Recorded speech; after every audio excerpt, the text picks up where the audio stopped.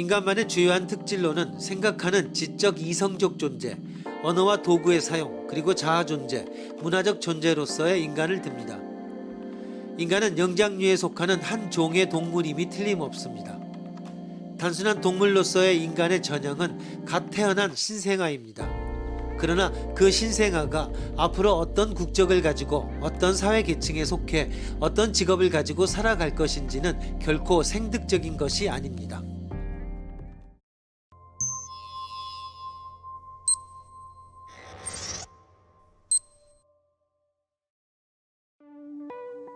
고통의 경우에도 심각한 상태에서는 비명을 지르며 몸이 뒤틀리거나 이를 가는 행동이 나타난다. 그러나 인류의 조상들은 순환기나 호흡기관 또는 눈 주위의 근육이 현재의 구조처럼 발달된 형태가 아니었기 때문에 비명을 지르는 등의 표현은 나타내지 않았을 것이다. 또한 밝은 빛 때문에 눈을 뜰 수 없을 때도 인상이 찡그려지게 되는데, 이러한 찡그림은 인류가 직립보행을 하기 시작한 이후에 습관화된 행동이다. 원숭이의 경우에는 밝은 빛에 노출되어도 얼굴을 찡그리지 않는다. 인류의 조상들은 화가 났을 때 이빨을 드러내는 행동을 마치 정신질 환자들이 그러는 것처럼 지금보다는 훨씬 더 자주 나타냈을 것이다. 동물의 경우에는 개체의 행복을 목적으로 하지 않는 활동은 생활을 파멸로 이끌어간다. 그러나 인간은 정반대다.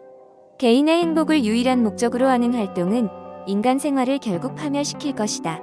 지적 의식이 없는 동물에게 개체의 행복과 종족의 보존이 생활의 최고의 목적이지만, 사람에게는 개체성이란 다만 참 행복으로 오르는 계단일 따름이다.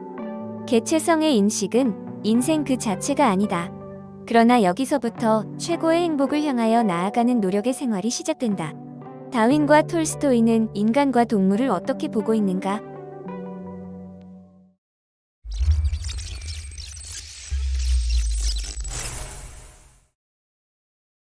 인간과 동물을 구별할 때 거기에는 대체로 두 가지 접근 방법이 있습니다. 그 하나는 유사점을 찾는 것이고 다른 하나는 차이점을 찾는 것입니다.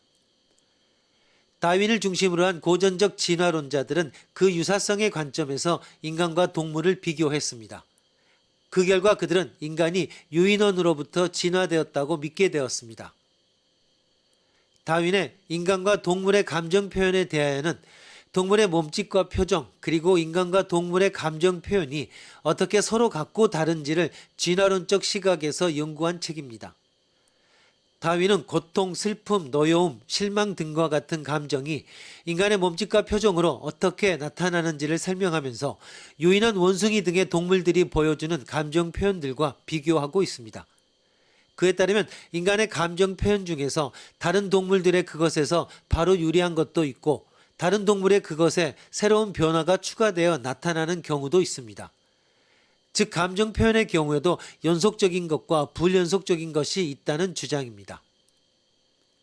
다윈의 진화론은 바로 그 유사함과 차이가 어떻게 전달되는지에 대한 경험 지식입니다. 인간의 감정 표현도 다른 동물들에게서 물려받은 것이라면 인간의 다른 특성들도 마찬가지일 것입니다. 그러나 진화론자들은 인간이 동물에 비하여 보다 복잡한 신체 구조와 기능을 가졌다는 것 이상의 그 무엇을 보여주지 못하였습니다.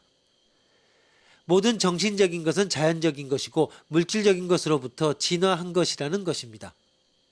그러나 여기에서 한 발 더 나아간 포르트만이나 갤레는 인간과 동물의 차이를 인간은 다른 동물에 비해 비교적 미완성의 존재로 태어나며 신체 조건이 비전문화되어 있다는 점을 들었습니다.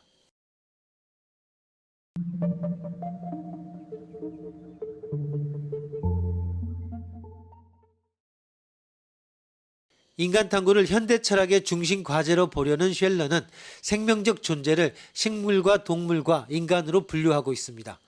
식물적 존재는 절대 망화적으로 환경에 몰입하며, 동물은 환경에 직면하면서 망화적으로 동작합니다.